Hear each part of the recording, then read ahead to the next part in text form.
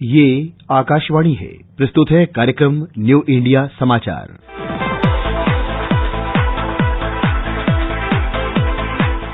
नमस्कार, आकाशवाणी के समाचार सेवा प्रभाग की प्रस्तुति न्यू इंडिया समाचार में आपका स्वागत है। श्रोताओं, आज हम आपके समक्ष 16 से 31 जुलाई का अंक लेकर प्रस्तुत हुए हैं। अंक की आवरण कथा युवा शक्ति, राष्ट्र की प्रगति और लगभग सभी समाचारों पर कार्यक्रम की पिछली कड़ियों में आपसे विस्तृत चर्चा हुई। आज बात करते हैं इस अंक के अमृत महोत्सव की।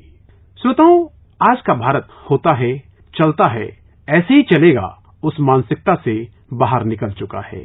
आईटी, डिजिटल तकनीक में भारत आज अपना परचम लहरा रहा है। इंटरनेट डेटा खपत में रिकॉर्ड बना रहा है।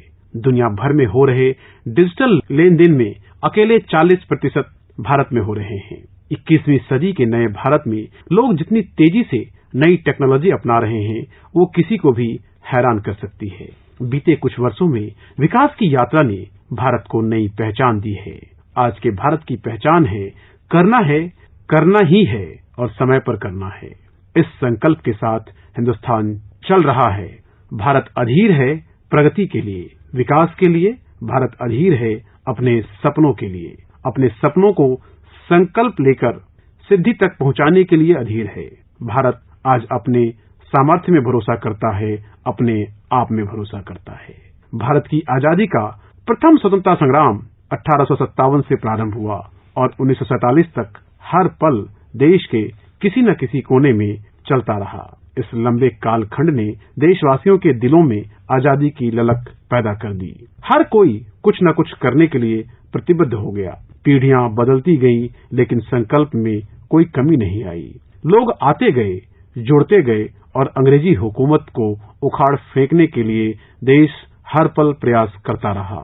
इन्हीं स्वतंत्रता सेनानियों में मंगल पांडे, डॉक्टर खूबचंद बघेल, अरुणा असफ अली और अब्दुल हमीद कैसर का नाम भी शामिल है, जिन्होंने राष्ट्र हित को सदैव सर्वोपरि माना और आजादी के लिए संघर्ष करते रहे।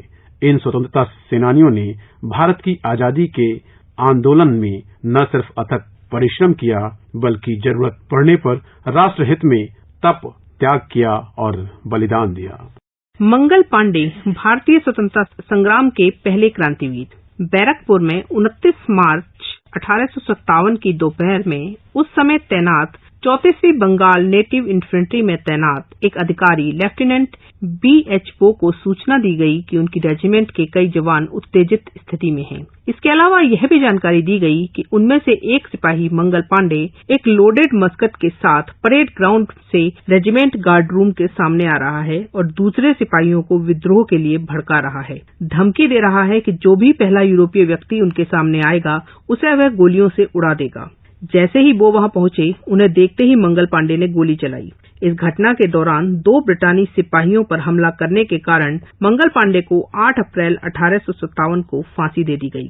फांसी की घटना से अंग्रेजी फौज के सिपाही रहे मंगल पांडे ने देश के लोगों में आजादी की ऐसी अलख जगाई कि 90 साल बाद अंग्रेजी हुकूमत को देश छोड़ना पड़ा। 1857 में भारत की स्वतंत्रता की पहली लड़ाई के प्रमुख व्यक्ति रहे मंगल पांडे का जन्म 19 जुलाई 1827 को उत्तर प्रदेश के बलिया जिले में हुआ था। वह 1857 की क्रांति के अग्रदूत थे। उन्होंने जनता में क्रांति की उस लौ को जलाया जिसके प्रकाश और प्रताप से विदेशी हुकूमत की जड़ें हिल गईं। वह बैरकपुर में 34वीं बंगाल इन्फेंट्री में सिपाही थे। 1857 में ब्रिटिश सेना ने अपने सिपाहियों को एक नई एनफील्ड राइफल दी, जिसे लोड करने के लिए ग्रीस लगे कारतूस के सिरे को दांत से खींचना होता था। यह अफवाह फैली कि कारतूस की चिकनाहट में या तो गाय या सुअर की चर्बी का इस्तेमाल किया गया है। सिपाहियों को भरोसा हो गया कि अंग्रेजों ने जानबूझकर कारतूस पर चर्बी का इस्तेमाल किया है। 29 मार्च 1857 को पांडे ने अपने साथी सिपाहियों को ब्रिटिश अधिकारियों के विरुद्ध विद्रोह करने को कहा। मंगल पांडे ने 2 अधिकारियों पर हमला किया और प्रतिरोध किए जाने पर खुद को गोली मारने की कोशिश की, लेकिन ब्रिटिश सैनिकों ने उन्हें गिरफ्तार कर लिया। तुरंत ही मामले की सुनवाई हुई और मंगल पांडे को मृत्युदंड सुनाया गया। पहले मंगल पांडे की फांसी की तारीख 18 अप्रैल निर्धारित की गई थी। अंग्रेजों को लगा कि कहीं ये विद्रोह दूसरे इलाकों में न फैल जाए, इसलिए उन्होंने मंगल पांडे को 10 दिन पहले ही 8 अप्रैल को बैरकपुर में फांसी पर लटका दिया। 1857 के विद्रोह में जान देने वाले मंगल पांडे पहले भारतीय थे। इस घटना के एक महीने बाद 10 मई 1857 को मेरठ में सिपाहियों ने विद्रोह कर दिया, जिसने 1857 की आजादी की पहली लड़ाई को जन्म दिया।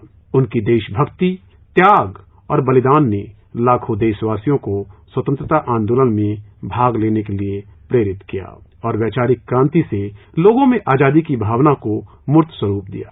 19 जुलाई 2022 को प्रधानमंत्री नरेंद्र मोदी ने स्वतंत्रता सेनानी मंगल पांडे को उनकी जयंती पर श्रद्धांजलि दी थी और कहा था, महान मंगल पांडे साहस और दृढ़ संकल्प के पर्याय हैं। उन्होंने हमारे इतिहास के बहुत महत्वपूर्ण समय में देशभक्ति की चिंगारी को प्रज्वलित किया और अनगिनत लोगों को प्रेरित किया।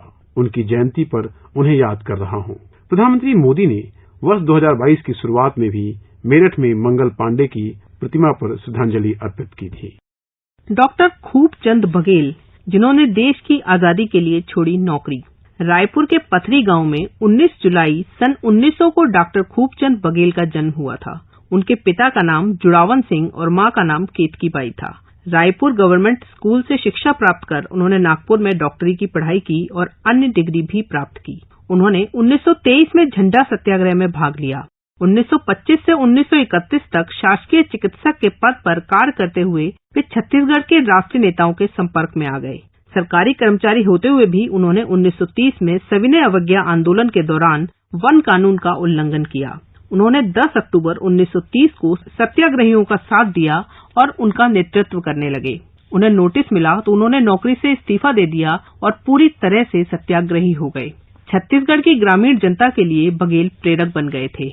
उनके प्रभाव के कारण अनेक गांवों के पुरुष एवं महिलाओं ने आंदोलन में भाग लेना शुरू कर दिया। सविनय अवज्ञा आंदोलन के द्वितीय चरण में 15 फरवरी 1932 को डॉक्टर बघेल गिरफ्तार कर लिए गए।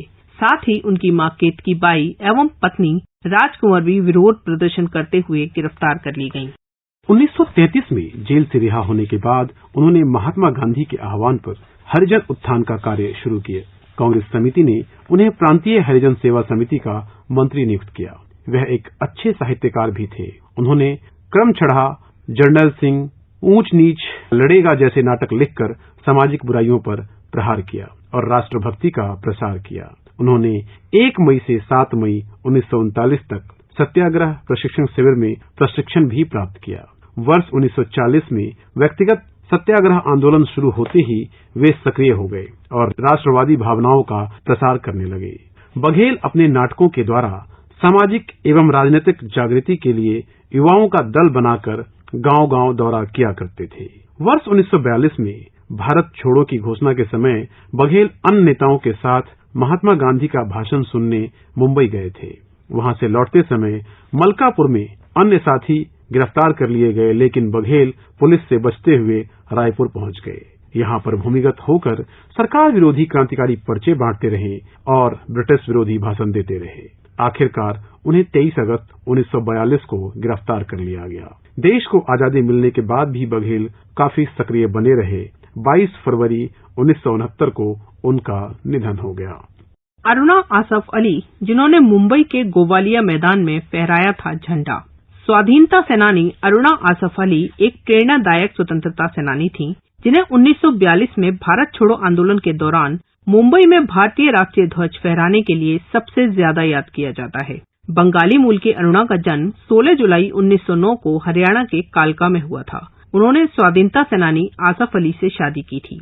वह महात्मा गांधी और मौलाना अबुल कलाम आजाद जैसे विशिष्ट नेताओं के संपर्क में आईं और उनकी सभाओं में भाग लेना शुरू किया। अरुणा आसफ अली ने नमक सत्याग्रह सहित भारतीय स्वतंत्रता संग्राम के दौरान चलाए गए कई आंदोलनों में भाग लिया, जिसके कारण उन्हें कई बार जेल भी जाना पड़ा। जब 8 अगस्त 1942 को अंग्रेजों ने स्वाधीनता संग्राम के शीर्ष नेताओं को जेल में डाल दिया था, तब वह अरुणा आसफ अली ही थीं, जिन्होंने 1942 में भारत छोड़ो आंदोलन के दौरान मुंबई स्थित गोवालिया टैंक मैदान में भारत का राष्ट्रीय ध्वज फहरा दिया था। मुंबई का गोवालिया टैंक मैदान अब अगस्त क्रांति मैदान के नाम से जाना जाता है।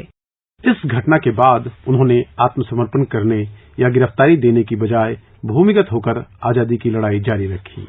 महात्मा गांधी ने अरुणा को पत्र लिखकर आत्मसमर्पण करने का अनुरोध किया, लेकिन उन्होंने उस आग्रह को कभी स्वीकार नहीं किया। मुंबई आंदोलन का केंद्र बना रहा, लेकिन बाद में यह देश के अन्य हिस्सों में भी फैलने लगा। अरुणा आसफ अली महिलाओं को भी स्वतंत्रता संग्राम में भाग लेने के लिए प्रोत्साहित करती रही। स्वतंत्रता के बाद वह राजनीति में सक्रिय हो गईं। अरुणा को 1958 में दिल्ली की पहली महापौर नियुक्त किया गया। उन्हें 1992 में पद्म विभूषण और 1997 में मरणोपरांत भारत का सर्वोच्च नागरिक सम्मान भारत रत्न प्रदान किया गया। अरुणा आसफ अली का 29 जुलाई 1996 को निधन हो गया। अब्दुल हमीद कैसर, जो केवल स्वतंत्रता सेनानी ही नहीं, गरीबों के मसीहा थे। स्वतंत्रता सेनानी अब्दुल हमीद कैसर भारत के जाने माने देशभक्तों में से एक थे। उनका जन्म 5 मई 1929 को राजस्थान के झालावाड़ जिले में हुआ था। बचपन से ही उनके मन में देशभक्ति की भावना जाग उठी थी। लखपति के नाम से प्रसिद्ध अब्दुल हमीद कैसर एक प्रखर वक्ता माने जाते थे। कहा जाता है कि 1954 में उनके नाम की 1 लाख रुपए की लॉटरी खुली थी, जिसके बाद से वे लखपति के नाम से प्रसिद्ध हो गए। कैसर भारत छोड़ो आंदोलन के दौरान सक्रिय बने रहे। अगस्त 1942 में कोटा में तिलक जयंती मनाई गई थी। इसमें 9 अगस्त 1942 को मुंबई में होने वाले अधिवेशन में भाग लेने और भारत छोड़ो आंदोलन को समर्थन देने का प्रस्ताव पारित किया गया। इस कार्यक्रम में नगर के गणमान्य लोगों के साथ अब्दुल हमीद कैसर के नेतृत्व में छात्रों ने भी भाग लिया था। इस आंदोलन के दौरान उनके सिर में चोट भी आई थी। बावजूद इसके उनका मनोबल कम नहीं हुआ और वह आंदोलन करते रहे। अलीगढ़ विश्वविद्यालय में प्रवेश लेने के बाद कैसर ने स्वतंत्रता आंदोलन में बढ़ चढ़कर भाग लिया। अब्दुल हमीद कैसर देश की आजादी के बाद भी निरंतर सक्रिय बने रहे और राष्ट्रहित में काम करते रहे। आजादी में दिए योगदान एवं समाज के प्रति उनके समर्पण और कर्तव्य निष्ठा के अलावा उन्हें गरीबों के मसीहा के रूप में भी याद किया जाता है। कैसर भारत को अखंड देखना चाहते थे, लेकिन उनकी इच्छा पूरी न हो सकी। आखिरकार देश को आजादी मिलने के बाद वे प्रत्यक्ष चुनावी राजनीति से दूर रहे। हालांकि उनके कई साथी राजनीति में बड़े पदों पर पहुंच गए। अलीगढ़ से शिक्षा पूर्ण कर वे बूंदी में वकालत करने लगे। 1961 में उन्होंने लाल बहादुर शास्त्री को वचन दिया था कि वे गरीबों का मुकदमा निःशुल्क लड़ेंगे। उन्होंने इसका आजीवन पालन किया। 18 जुलाई 1998 को उनका निधन हो गया। श्रोताओं, अमृत महोत्सव राष्ट्र के जन जन का उत्सव बन चुका है। आज की चर्चा को यहीं विराम देने से पहले आइए सुनते हैं प्रधानमंत्री नरेंद्र मोदी के विचार को। आज भारत भी कर्तव्यों को पहली प्राथमिकता बनाकर आगे बढ़ रहा है। आजादी के 100 वर्ष के लक्ष्य की ओर आगे बढ़ते हुए हमने हमारे अमृतकाल को कर्तव्य काल का नाम दिया है। हमारे इन कर्तव्यों में आध्यात्मिक मूल्यों का मार्गदर्शन भी है और भविष्य के संकल्प भी हैं। इसमें विकास भी है और विरासत भी है। आज एक और देश में आध्यात्मिक केंद्रों का पुनरुद्धार हो रहा है, तो साथ ही भारत इकोनॉमी और टेक्नोलॉजी में भी लीड कर रहा है। आज भारत दुनिया की टॉप 5 इकोनॉमी में शामिल हो चुका है। आज भारत में दुनिया का तीसरा सबसे बड़ा स्टार्टअप इकोसिस्टम है। डिजिटल टेक्नोलॉजी और 5G जैसे क्षेत्रों में हम बड़े बड़े देशों का मुकाबला कर रहे हैं। दुनिया में आज जितने भी रियल टाइम ऑनलाइन ट्रांजैक्शन हो रहे हैं, उसके 40% अकेले भारत में हो रहे हैं। श्रोताओं, अगले सप्ताह मिलेंगे पत्रिका के अगले अंक के साथ। इस पाक्षिक पत्रिका की हर प्रति newindiasamaachar.pib.gov.in वेबसाइट पर उपलब्ध है, जहां आप सभी समाचारों को विस्तार से पढ़ सकते हैं और डाउनलोड कर सकते हैं। डिजिटल और प्रिंट में यह पत्रिका देश ही नहीं, विदेशों में भी अपनी अलग पहचान बना चुकी है। इसका ट्विटर हैंडल NISPIB इंडिया है। इसके अलावा आप हमें response-nis@pib.gov.in पर ईमेल के जरिए अपना सुझाव भी भेज सकते हैं। तब तक के लिए धन्यवाद।